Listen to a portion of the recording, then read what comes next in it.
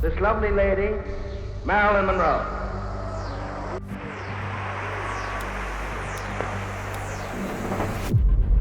Hollywood's golden age wasn't just about talent and charisma. The era's beauty standards celebrated curves in ways that seem almost revolutionary compared to later decades. From the 1930s through the 1960s, a voluptuous figure wasn't just accepted, it was the ideal. Jane Mansfield has leaped from total obscurity to the most photographed woman in show business. The actresses who defined this era became legends partly because of their hourglass shapes, and their measurements were discussed as openly as their box office numbers. These women didn't just fill out their costumes, they changed what it meant to be a movie star. Jane Russell, the original bombshell. When Howard Hughes designed a special cantilevered bra for Jane Russell in The Outlaw, he wasn't being subtle about his marketing strategy. Russell's 38D bust became the film's main selling point, sparking controversy that delayed the movie's release for years. The poster showing Russell lying in hay, her figure prominently displayed, became one of cinema's most iconic images. You came back. You don't think I did on your account, do you? You didn't? Hughes knew exactly what he was doing, turning censorship battles into free publicity. Russell's measurements were reported as 38 to 24 to 36, making her one of the most curvaceous stars of the 1940s. But she was more than just a marketing campaign. Her deadpan humor and surprising singing ability made her a genuine star in films like Gentlemen Prefer Blondes, where she held her own opposite Marilyn Monroe. Russell actually claimed she never wore Hughes's uncomfortable bra invention, padding her own bra instead and letting everyone believe the hype. The Outlaw's promotional campaign was so focused on Russell's chest that some theaters displayed life-sized cutouts with measurements included. Religious groups protested, which only made more people want to see what the fuss was about. Russell's career proved that controversy could be converted into stardom, a lesson that countless actresses would learn from. She remained proud of her figure throughout her life, once saying her body never hurt her career, it made it. Beyond the measurements and marketing, Russell had staying power. She worked steadily through the 1950s and became a successful nightclub performer later. Her influence on how Hollywood sold sex appeal cannot be overstated. Every bombshell who came after owed something to how Russell and Hughes changed the game. Jane Mansfield, the publicity genius. If Jane Russell showed how curves could launch a career, Jane Mansfield proved you could build an empire on them.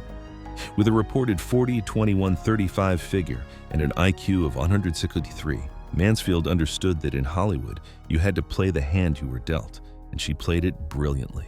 Now, but the room temperature's changing, if you get my cruder meaning. She manufactured publicity stunts with the precision of a military operation, always ensuring her bust was prominently featured in photographs. Mansfield's rivalry with Marilyn Monroe was partly studio-created, but Mansfield leaned into it. She was often positioned as the more blatant, less subtle alternative to Monroe's breathless innocence. Where Monroe seemed unaware of her sexuality, Mansfield winked at the camera. She appeared in Playboy multiple times and allegedly had a clause in her contracts requiring low-cut costumes. Every wardrobe malfunction seemed strategically timed for maximum press coverage. Her breakout role in The Girl Can't Help It showcased both her comedic timing and her figure, with the opening credits literally showing her in profile as the CinemaScope frame widened to fit her. Critics often dismissed her as just another blonde bombshell, but Mansfield was deliberate about every career move. She learned 5 languages, played violin, and studied acting seriously, even as she posed for endless cheesecake photos. The constant self-promotion took its toll on how seriously Hollywood took her. By the 1960s, she was doing B-movies and nightclub acts, though she remained a massive celebrity. Her tragic death in 1967 at age 34 cut short what might have been an interesting career evolution. But Mansfield's understanding that celebrity required constant feeding of the publicity machine was ahead of its time. She treated herself as a brand decades before that became standard practice. Sophia Loren, the Italian icon. Sophia Loren's 38D 2438 figure represented a different kind of Hollywood beauty. one rooted in European sensibilities rather than American studio system polish. Growing up poor in war-torn Italy, Loren arrived in film with an earthy authenticity that set her apart from more manufactured stars. She never apologized for her curves or tried to minimize them, which was refreshing in an industry that often wanted women to fit a specific mold. Babies, yes, plenty of babies. But a house? I do not see a house. Her breakout came in Italian films where her natural beauty and voluptuous figure were celebrated as quintessentially Mediterranean. When she transitioned to Hollywood, studio executives reportedly suggested she lose weight and get her nose fixed. Loren refused both suggestions, and her confidence paid off. She became an international star on her own terms, winning an Oscar for 2 women and proving she was far more than just a beautiful face and figure. Loren famously said everything you see she owes to spaghetti, a refreshing attitude in an industry obsessed with dieting. While other actresses starved themselves, Loren celebrated Italian cooking and maintained that her figure came from enjoying life, not denying it. This philosophy resonated with women who were tired of unrealistic beauty standards. She represented a more attainable, real-world kind of glamour. Her marriage to producer Carlo Ponti lasted over 50 years, and Loren managed to balance sex symbol status with respectability in ways few bombshells achieved. She never let her figure define her career, instead, using it as one asset among many. Her longevity in the industry and continued beauty icon status into her later years proved that celebrating your natural body could be both commercially successful and personally sustainable. Marilyn Monroe, America's sweetheart. The myths around Marilyn Monroe's measurements are almost as famous as she was. Contrary to modern assumptions, her reported 37 to 23-36 figure would be considered curvy today, not plus-sized. At around 120 pounds and 5'5", Monroe had what the 1950s considered an ideal hourglass shape. Her bust was often emphasized with costumes and camera angles, but it was the complete package, her walk, breathy voice, and perceived vulnerability that made her an icon. I wanna be loved by you, just you, nobody else but you. Monroe's relationship with her body was complex. She understood her sexual appeal was her ticket to stardom, but she desperately wanted to be taken seriously as an actress. The famous subway grate scene in The 7-Year Itch and her performance of Diamonds Are a Girl's Best Friend cemented her status as the ultimate blonde bombshell. Yet Monroe studied at the Actors Studio and sought challenging roles. The tension between how Hollywood wanted to use her body and how she wanted to use her mind never fully resolved. Her pinup photos from before she was famous show a slightly fuller figure than in her later films, suggesting studio pressure to maintain a specific look. Still, compared to the rail-thin models who would dominate fashion in later decades, Monroe's curves were celebrated. Her white dress from The 7-Year Itch and the nude calendar that nearly derailed her career both became cultural touchstones, proof that her image transcended just filmmaking. What made Monroe different from other bombshells was how her vulnerability seemed genuine. Whether it was manufactured or real, audiences believed they were seeing the real person behind the image. Her tragic death at 36 ensured she would never age out of her bombshell status, freezing her forever as the ultimate symbol of 1950s Hollywood glamour.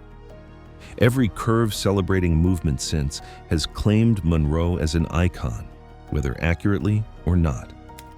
Anita Ekberg, the Swedish sensation. Before Anita Ekberg waded into Rome's Trevi Fountain in La Dolce Vita, she was already famous for her 39 to 24 to 36 figure.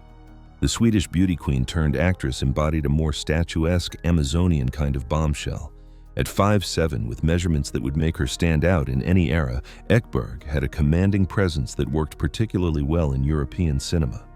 Her appearance in Federico Fellini's masterpiece gave cinema one of its most memorable scenes. Ekberg, in a strapless black dress, calling to Marcello Mastroianni from the fountain, became the definition of unattainable desire. The scene worked because Ekberg wasn't playing sultry or seductive in the traditional sense.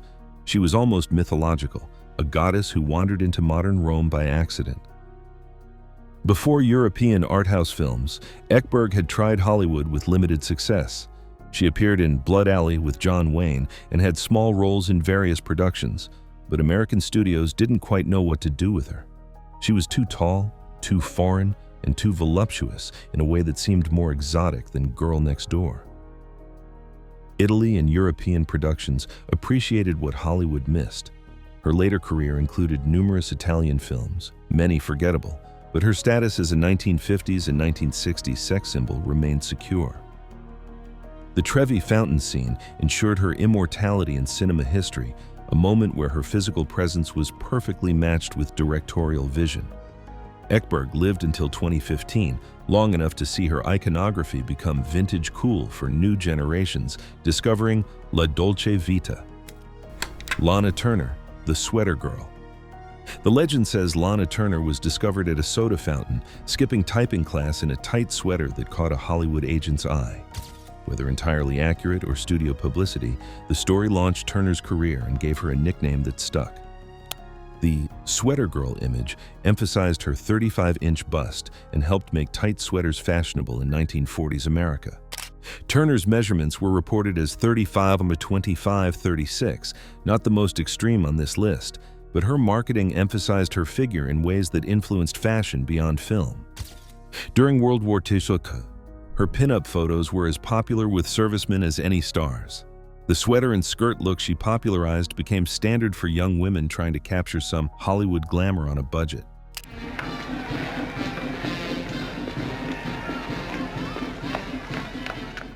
What's interesting about Turner is how she transitioned from sweater girl to serious dramatic actress. Films like The Postman Always Rings Twice showed she could smolder on screen, while later roles in Peyton Place and Imitation of Life proved genuine acting ability. She had 7 husbands and a personal life that often overshadowed her professional achievements, including a notorious scandal involving her daughter and mobster Johnny Stompanato. Turner worked consistently for decades, managing to evolve beyond her bombshell beginnings while never completely escaping them. The Sweater Girl image was both her greatest asset and a limitation, proof that being known for your figure could open doors but also typecast you. Still, Turner's influence on 1940s style and her transition to respected actress showed a savvy career navigation many contemporaries couldn't match. Elizabeth Taylor, beyond just beauty. Elizabeth Taylor's beauty was so overwhelming that her figure sometimes got overlooked in discussions of her appeal. But during her 1950s prime, her reported 36-21-36 measurements made her as voluptuous as any contemporary star. The difference was that Taylor's violet eyes, acting talent, and sheer charisma meant her bust never became her defining characteristic the way it did for some bombshells. Taylor's figure fluctuated throughout her career, and she was remarkably honest about her weight struggles in an era when stars were expected to maintain illusions. In films like Cat on a Hot Tin Roof and Butterfield 8, her physical presence was undeniable, combining classic Hollywood glamour with genuine acting intensity. She could fill out a white slip in Cat on a Hot Tin Roof while delivering Elizabeth Taylor-level dramatic performance. Why won't you face the truth just once? About Skipper, about me, about yourself. Unlike stars whose careers were built primarily on their measurements, Taylor was a child star who grew into a beautiful woman. Her fame was established before her figure fully developed, giving her career a different trajectory. She could be taken seriously as an actress while still being celebrated as one of cinema's great beauties. This combination was rare and helped her become one of Hollywood's most powerful stars. Her later focus on AIDS activism and business ventures showed a woman who never let physical beauty define her completely. But during Hollywood's golden age, Taylor's combination of stunning face, voluptuous figure, and genuine talent made her perhaps the most complete package of beauty and ability the industry had seen. Gina Lollobrigida, Italy's other treasure. The rivalry between Gina Lollobrigida and Sophia Loren was partly Italian media creation, but both women represented a Mediterranean beauty ideal Hollywood couldn't quite replicate. Lollobrigida's 38-24-38 figure was remarkably similar to Loren's, and both brought an earthy sensuality to their roles that felt more real than Hollywood's manufactured glamour. Lollobrigida, often called La Lolo, became an international star in the 1950s, appearing in both European and American productions. Her role in Trapeze, opposite Burt Lancaster and Tony Curtis, brought her Hollywood visibility, though, like Loren, she never fully relocated from Italy. She maintained more control over her career by staying based in Europe, a smart move that kept her from being molded by studio system demands. What set Lalla Brigida apart was her post-acting career success as a photojournalist and sculptor. She interviewed major figures like Fidel Castro and proved she was never just a pretty face.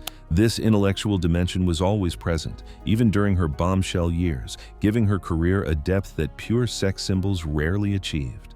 Her longevity, both in terms of career and life, showed that beauty could be a starting point rather than the whole story.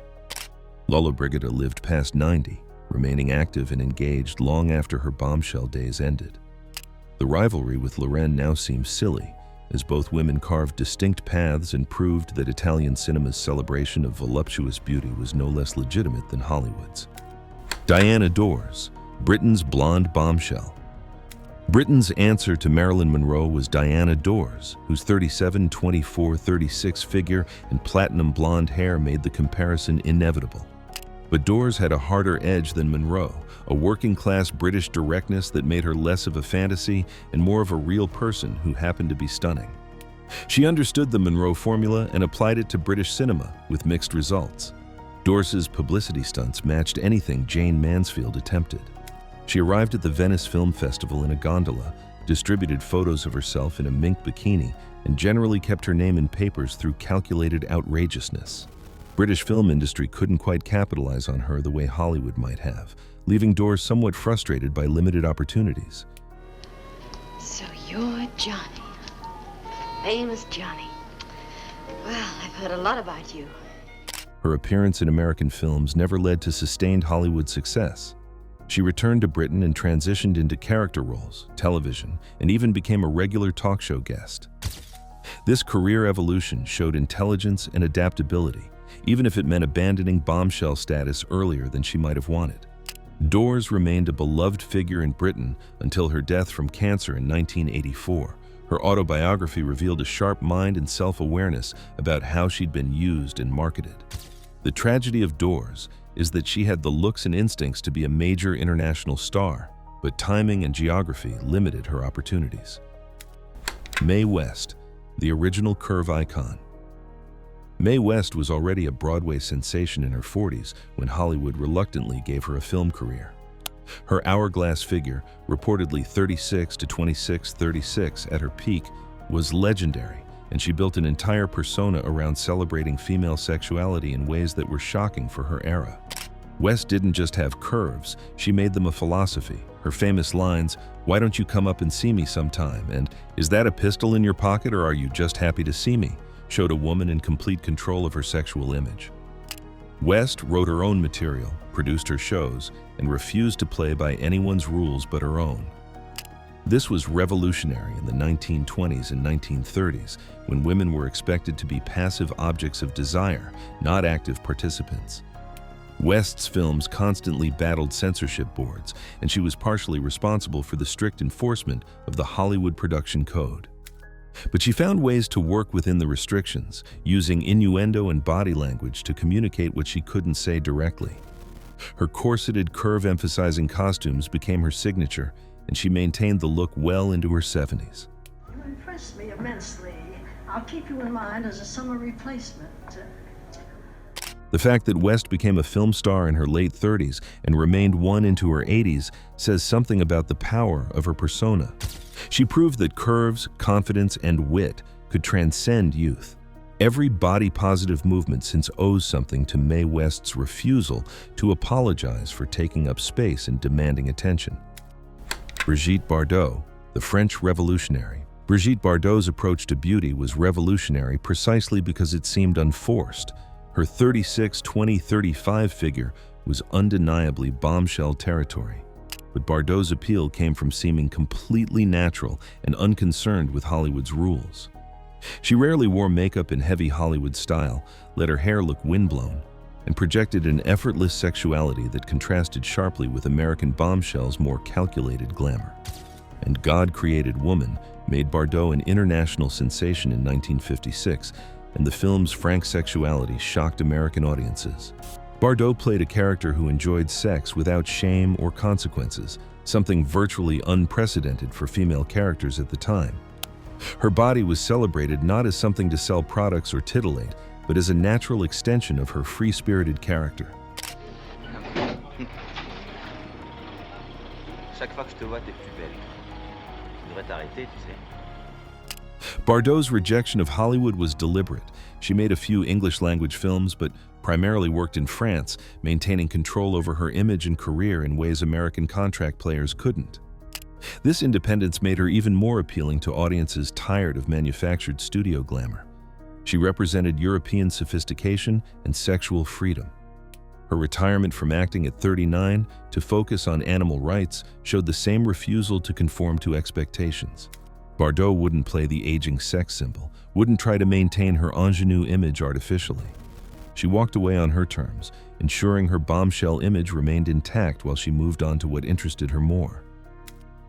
Mamie Van Doren, the underrated bombshell. Mamie Van Doren often gets described as the third-string blonde bombshell after Monroe and Mansfield, but her 37, 24, 36 figure and platinum hair put her in legitimate bombshell territory. What Van Doren lacked was luck and timing. She was at Universal while Monroe had Fox's machinery and Mansfield had aggressive self-promotion. Van Doren got B-movies and exploitation films. Her roles in Teacher's Pet, Untamed Youth, and various teen delinquent movies showed she had screen presence and decent comic timing.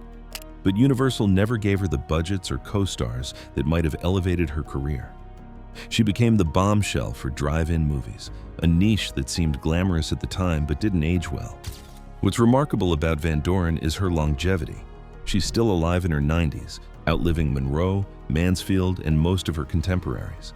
Her autobiography revealed a sharp awareness of how the studio system worked and how she was positioned as the alternative when you couldn't afford the real thing. She accepted this role with surprising humor and lack of bitterness. That's why I worry. Thinking of you coming up against those young, tight sweaters. Van Doren represented the assembly line nature of Hollywood bombshell production. Studios genuinely believed you could manufacture sex symbols by following a formula. Bleach the hair, emphasize the curves, control the publicity. Van Doren showed both that the formula could work and that it couldn't overcome lack of studio support and genuine luck. Rhonda Fleming, the queen of Technicolor. Rhonda Fleming's claim to fame was being one of the most beautiful women Technicolor ever captured, and her 37 to 25 to 37 figure photographed spectacularly in the vibrant color process.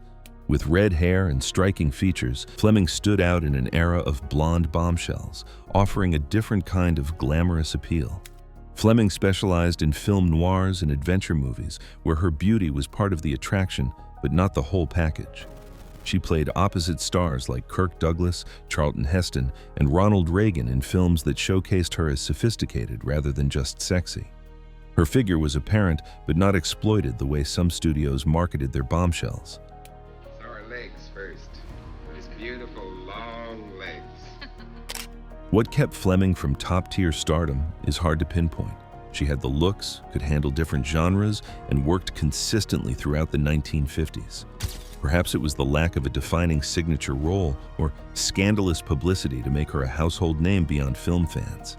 Fleming seemed content with steady work rather than chasing superstar status. Her later life included philanthropy and multiple marriages, living comfortably until her death in 2020 at age 97.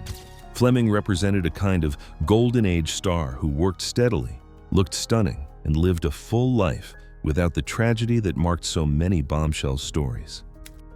Ava Gardner, the elegant bombshell. Ava Gardner's beauty was so legendary that it's easy to forget she had the figure to match. Her measurements, reported around 36, 24, 34, made her voluptuous by any standard, though Gardner's appeal was never about emphasizing her bust the way pure bombshells did. She was sexy in a more sophisticated, dangerous way. Well, Harry, say something.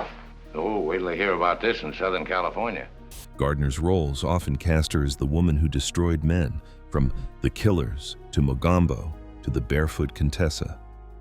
Her figure was apparent in the form-fitting costumes, but it was her face and presence that dominated. Gardner could smolder with just a look, making overt sexuality almost unnecessary. This subtlety made her sexier than more obvious bombshells. Her marriages to Mickey Rooney, Artie Shaw, and Frank Sinatra kept her in headlines, and the Sinatra relationship particularly became Hollywood legend. Gardner was the one who got away, the woman Sinatra never got over. This added to her mystique as the ultimate unattainable beauty, gorgeous but dangerous to pursue. Gardner's later career included strong character work, and she remained stunning even as she aged out of leading lady roles. She represented a classier kind of bombshell, one whose curves were appreciated but never reduced to measurements and publicity stunts. Rita Hayworth, the love goddess. The poster of Rita Hayworth kneeling on a bed in a silk nightgown became the most popular pinup of World War II, adorning the atomic bomb dropped on Bikini Atoll. Her 37-24-36 figure and auburn hair made her the fantasy of millions of servicemen, and Hayworth's status as the love goddess was both her greatest achievement and heaviest burden. Hayworth's transformation from Margarita Cancino, a dark-haired dancer of Spanish descent, into Rita Hayworth, all-American glamour girl, showed how thoroughly Hollywood manufactured its stars. She underwent hairline electrolysis, dyed her hair, and became someone completely different. The figure was real, but everything else was carefully constructed. Her performance of Put the Blame on Mame in Gilda, particularly the glove removal scene, became one of cinema's most iconic, sexy moments. Hayworth wasn't nude or even particularly undressed, but the scene radiated sexuality through pure star power and suggestion. Was up to her old tricks. That's the story that went around. But here's the real lowdown. This was bombshell performance at its most sophisticated, all implication and attitude. Tragically, Hayworth's later life was marked by Alzheimer's disease, her beauty and memory fading simultaneously. Her daughter's advocacy helped raise awareness of the disease, giving Hayworth's legacy meaning beyond just being beautiful.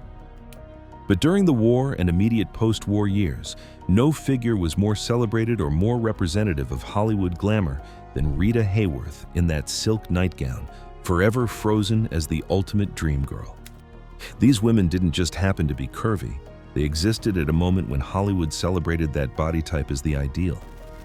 Each found different ways to navigate fame, some transcending their measurements to become respected actresses, others leaning into bombshell status fully. Their legacy isn't just about beauty standards, it's about how women in Hollywood have always had to negotiate between their bodies and their talents, their public image and private selves. The golden age of curves may have passed, but these actresses proved that when given the chance, bombshells could be smart, talented, and in control of their own narratives.